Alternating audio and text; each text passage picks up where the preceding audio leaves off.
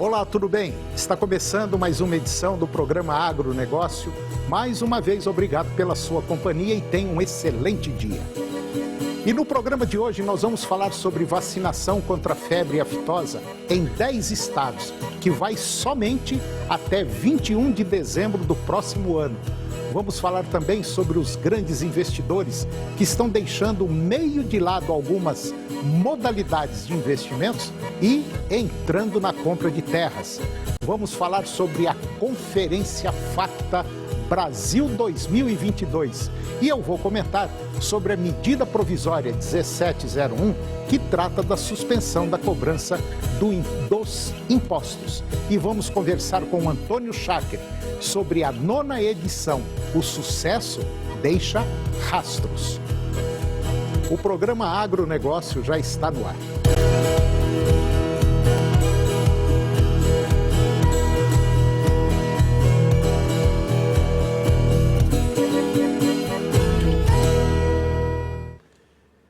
E eu começo o programa de hoje, eu vou comentar o programa de hoje falando sobre vacinação contra a febre aftosa. Em uma edição e também decisão unânime, o Bloco 4, que é composto por 10 estados, Bahia, Sergipe, Rio de Janeiro, São Paulo, Minas Gerais, Goiás, Mato Grosso, Tocantins, Mato Grosso do Sul, Espírito Santo e Distrito Federal, optou por imunizar os seus rebanhos contra a febre aftosa até o dia 31 de dezembro de 2022. A postura de seguir conjuntamente e adotar a descontinuidade da vacina a partir de 2023 foi anunciada agora no último dia 22, durante uma reunião virtual da Comissão de Coordenadores dos Grupos Estaduais, que é o CCGE, e a decisão conjunta será encaminhada agora para apreciação do Ministério da Agricultura. E, se aprovada, será estabelecida em todos os estados que integram essa divisa sanitária. Este foi o 4º encontro do grupo para debater o Programa Nacional de Erradicação e Prevenção da Febre Aftosa, promovido pelo Ministério da Agricultura e que reúne instituições públicas e privadas ligadas ao setor agropecuário. Os estados que compõem esse bloco já são considerados zona livre de aftosa com vacinação e agora pleiteiam o status de zona livre sem o uso do imunizante. Para tanto, eles precisam cumprir rigorosos critérios técnicos e sanitários estabelecidos pelo Ministério da Agricultura. A reunião também serviu para discutir o planejamento das próximas iniciativas do Bloco 4, que contabiliza mais 130 milhões de cabeças, detendo mais de 60% do rebanho brasileiro de bovinos e bubalinos. E agora eu vou comentar sobre investimentos em terras. Grandes investidores estão deixando meio de lado algumas modalidades de investimentos e entrando na compra de terras. O investimento em terras agrícolas ainda escapa frequentemente do radar dos investidores, à medida que se associa à exposição ao ativo somente à compra de fazendas, o que limita bastante o público, especialmente os investidores pessoa física. Apesar de estarmos em pleno movimento de alta dos juros, com a Selic cotada a 6,25 ao ano, o patamar ainda é muito baixo no histórico brasileiro e muitos investidores justamente migraram da renda fixa para os investimentos em renda variável, buscando retornos maiores. O número de investidores como um todo com CPFs registrados na B3, a Bolsa de Valores brasileira, disparou desde o ano passado, chegando ao montante mais de 3.800.000 contas cadastradas no mercado de capitais brasileiros. Analistas do BTG Pactual, repercutindo uma análise do IHS Markit, explicam que a demanda por terras agrícolas permanece forte e com fundamentos sustentados. E no caso do Brasil, as propriedades se valorizaram 32% entre julho e agosto de 2021, na comparação anual. E agora eu vou conversar com Ariel Mendes.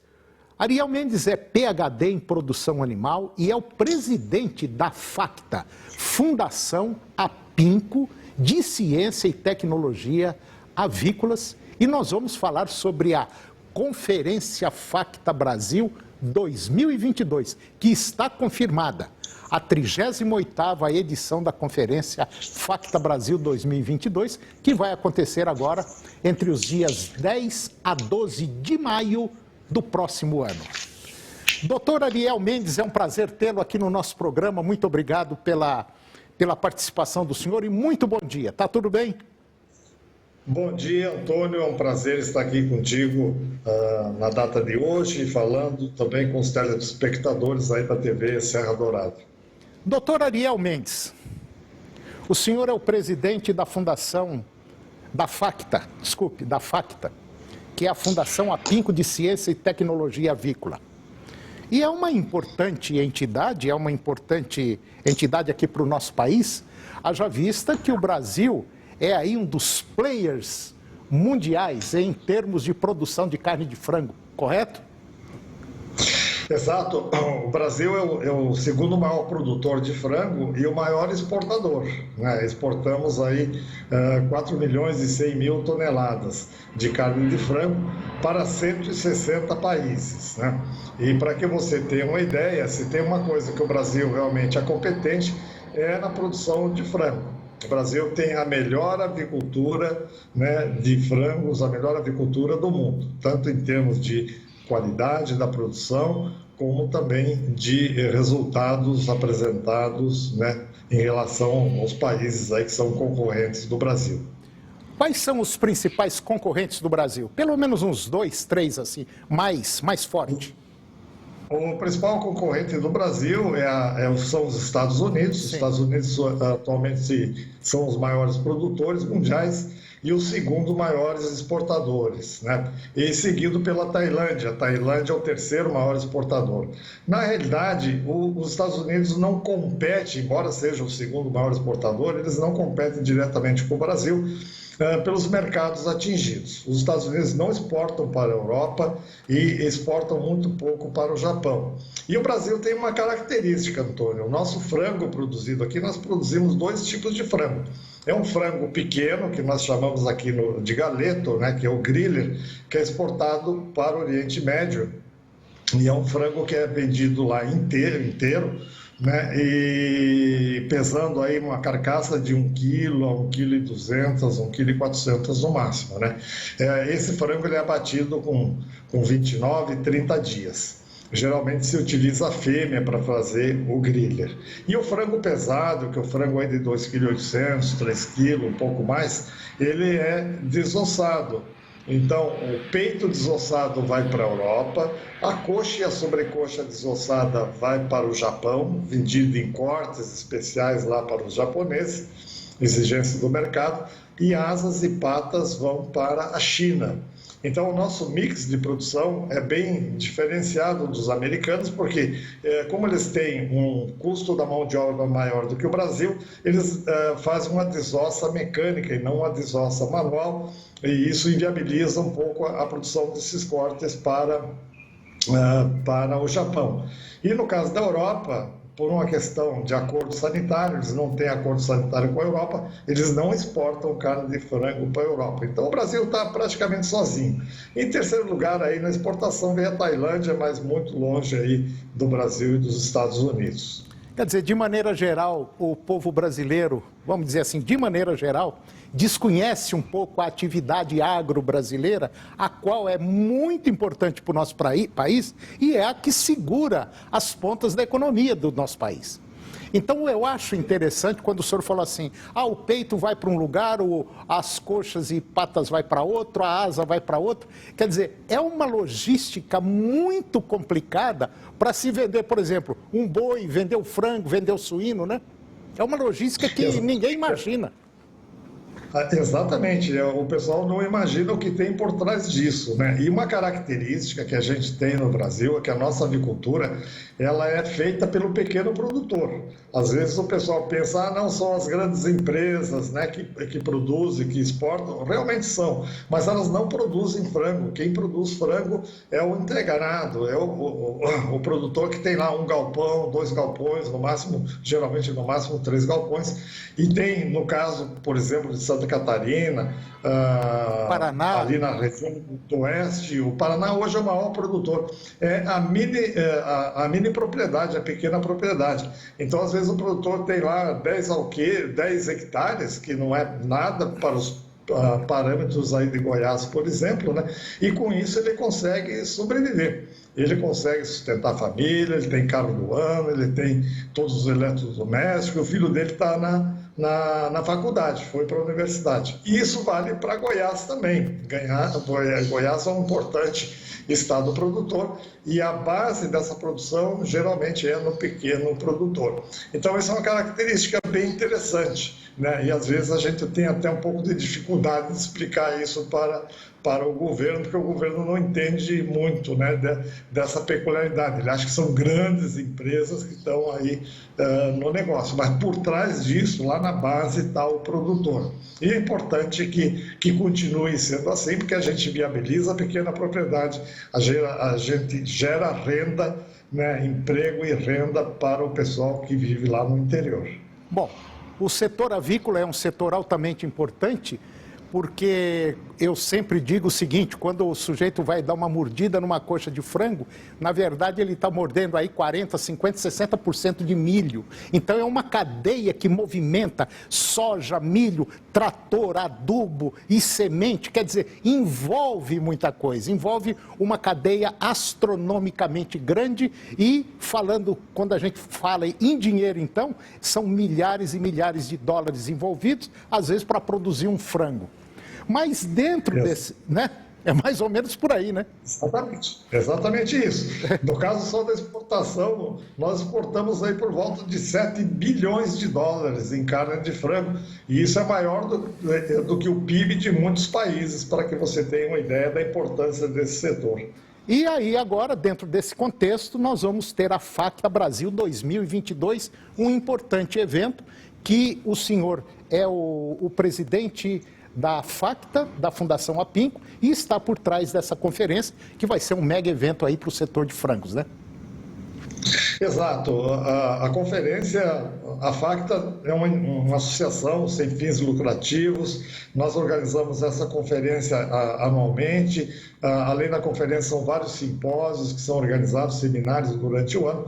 Temos vários livros publicados. Então, eu costumo dizer que hoje um veterinário, um agrônomo, um técnico agrícola que trabalha no setor, dificilmente ele não teve contato com a FACTA, seja assistindo a conferência, assistindo um seminário ou lendo um livro sobre avicultura. Então, é o momento, a conferência assim, é o grande momento onde a gente discute os rumos do setor, quais são as tendências de mercado, o que vem para o próximo ano, quais são os problemas que estão afetando o setor. Temos palestrantes aí não só brasileiros, mas da América Latina e também da Europa, da Ásia, dos Estados Unidos, ou seja, é o estado da arte. Nós vamos buscar palestrante realmente que tenha o conhecimento sobre aquele assunto que está sendo abordado na conferência. E são vários assuntos. Para o ano que vem, a conferência vai ser no modelo híbrido, né? Porque com a história da pandemia, a gente não pode mais aí fazer evento presencial, mas vamos fazer ela presencial em Campinas e também híbrida, porque nós estamos internacionalizando a conferência, ou seja, a ideia é que pessoas de toda a América Latina, mesmo da Europa e da Ásia, possam assistir à conferência virtualmente aí do seu computador ou do seu celular. Tá certo. Bom, eu conversei com Ariel Mendes, PhD em Produção Animal, presidente da FACTA, Fundação Apinco de Ciência e Tecnologia Avícola, e nós falamos sobre o mercado de frangos, mercado de aves. Realmente o Brasil é um player em nível mundial. Doutor Ariel Mendes, foi um prazer tê-lo aqui. Vou trazê-lo mais vezes para a gente falar sobre o mercado de frango, que é altamente importante e o brasileiro tem que conhecer. Muito obrigado pela sua presença e as portas do nosso programa estarão sempre abertas para quando o senhor precisar, ok? Muito obrigado. Obrigado, Tony, e bom dia a todos. Bom dia, obrigado. E depois do intervalo, nós vamos falar sobre a medida provisória 1701, que trata da suspensão de cobranças de impostos. E vamos conversar com o Antônio Schacker sobre a 9ª edição. O sucesso deixa rastros. Nós voltamos já já, é um minutinho só.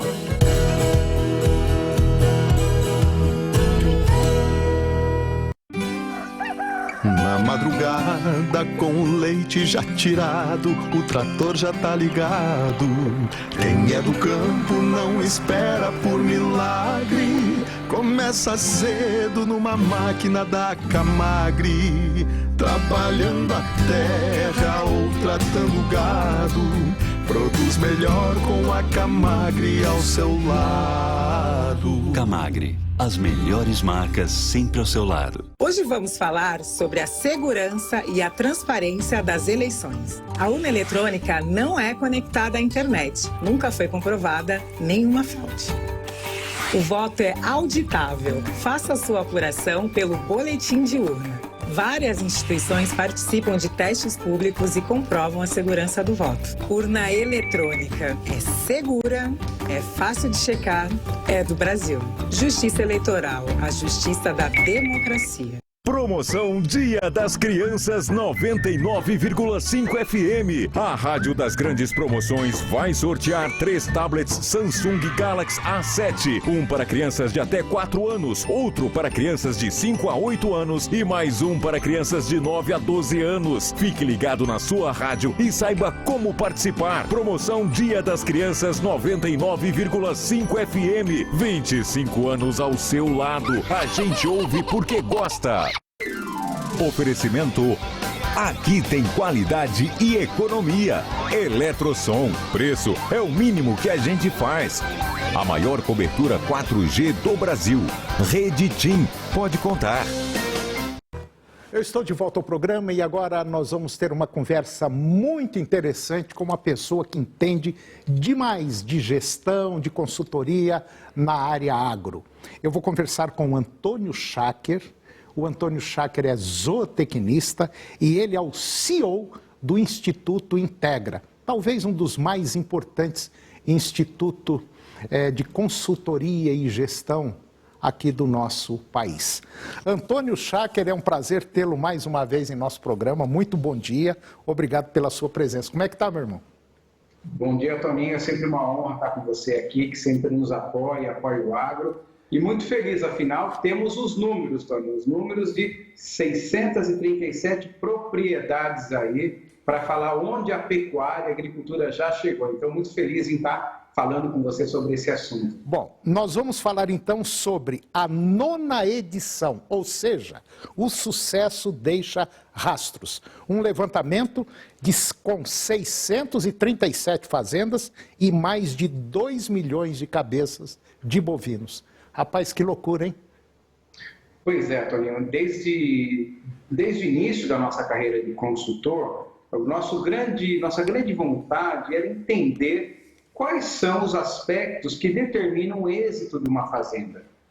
O que ela produz, qual é a prenhez, qual a mortalidade, quanto que ela pode gastar. Isso iniciou inspirado, nós temos um cliente até hoje, que o camarada é distribuidor de cerveja. E ele sempre tinha na distribuição de cerveja um protocolo chamado benchmarking, que é um processo de comparação para entender as melhores práticas. E foi inspirado nisso que a gente construiu o benchmarking de fazenda e agora nós estamos no 9º ano acompanhando o resultado de fazenda e podendo entender, assim, com muita profundidade, o que de fato determina o êxito em cada situação, né? Bom, então vamos fazer a clássica pergunta que não pode deixar.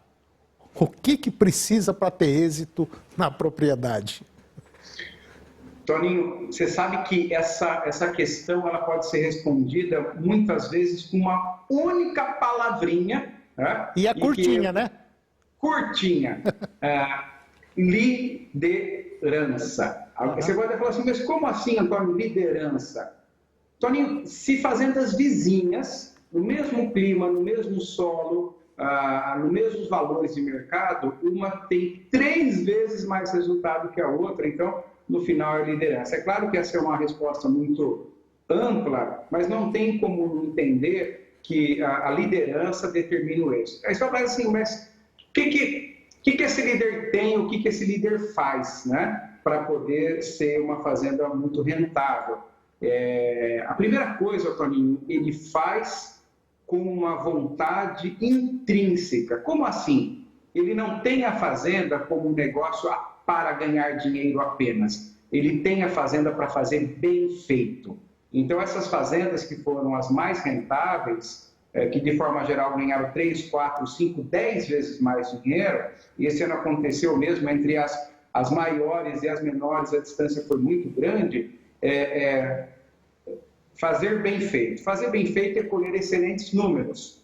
Mas quais números? E aí vem um ponto importante, sabe, Toninho?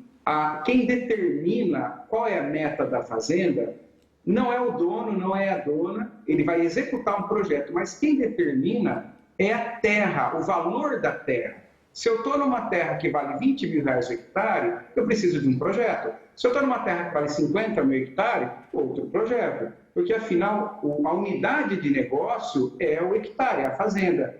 E é importante que todos os gestores entreguem 5% pelo menos do que vale a terra. E aí a gente passa a entender que excelência operacional, trabalhar com precocidade, gastar por exemplo, as melhores fazendas, Toninho. Vou dar um spoiler aqui, semana que vem a gente vai dar bastante detalhe, mas aqui com você a gente pode dar um spoiler já, né, para o nosso público, seu público. Nós temos que gastar no máximo, Toninho, 0,6 arrobas para cada arroba produzida.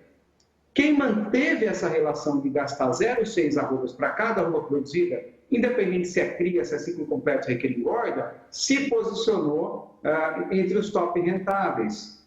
Outra coisa é dizer onde a pecuária já chegou, onde a agricultura já chegou. Nós tínhamos uma dúvida, Toninho, que era quem vai chegar primeiro, a soja em 100 sacas por hectare ou a pecuária em 100 arrobas por hectare? E, Toninho, você acredita que a pecuária chegou em 100 arrobas por hectare mais rápido que a soja chegou em 100 sacas por hectare? Então, você vê que é uma combinação de excelência com gastar bem, e cada sistema de produção, a cria, o ciclo completo, a recria e engorda, tem suas regras. Então, vou dar um exemplo. Uma cria em integração agropecuária, ela é diferente de uma cria que está fora da integração. Então, o jeito de gastar, de trabalhar, ele precisa ser sempre muito congruente ao sistema. O mais importante, se a fazenda está em cria de integração, possivelmente é uma fazenda que vale mais. Então, o meu desempenho precisa ser maior. E aí nós estamos falando aí em ser 7 ou 8 arrobas por hectare na cria para poder ser top rentável.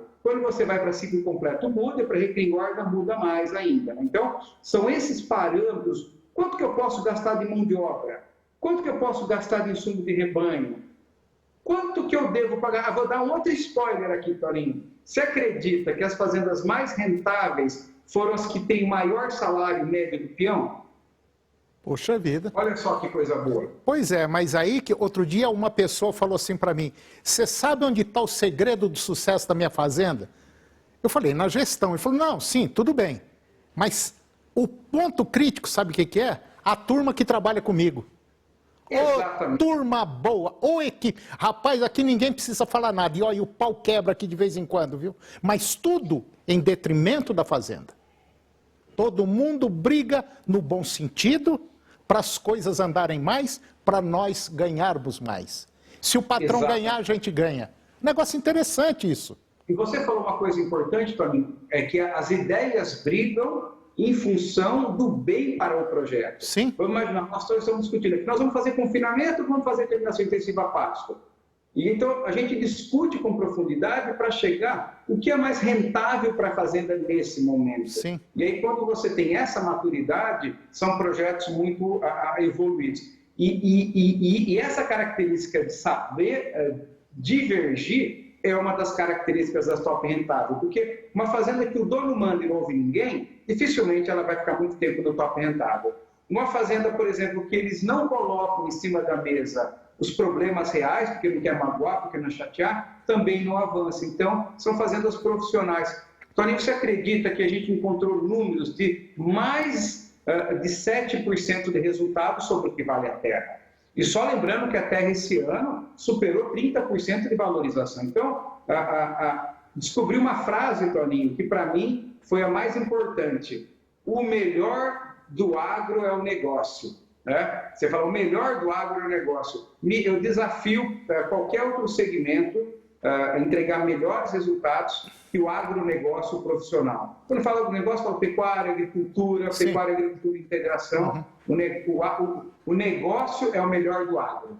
Eu fiz agora, semana passada, uma reportagem falando de uma fazenda que tem... ela compra o bezerro, faz a recria, faz a engorda. E eles compravam mais bezerro do que a fazenda comportava. Aí o que eles tinham que fazer? Alugar pasto. Mas eles começaram a perceber que os animais que eram colocados em pasto alugado não ganhavam peso. Perdia peso e atrasava uma média de 1 ano. Para quando pegava esse bezerro, levava para a fazenda, ele demorava 1 ano a mais do que os outros para poder chegar no peso ideal e ir para o abate. Resumindo a história, alguém um dia chegou e falou, por que vocês não fazem integração lavoura-pecuária aqui? Planta sorgo boliviano gigante, vocês vão produzir tantas toneladas, trata desses animais no coxo, aqui dentro da fazenda esses animais vão ganhar peso e vocês vão gastar menos. Foi o que fizeram e hoje estão bamburrando. Coisa simples. Exatamente.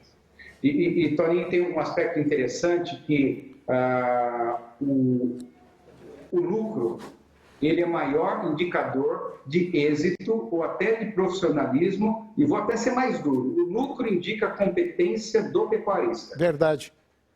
E se alguém chegou, Toninho, em R$2.000 por hectare, significa que é possível.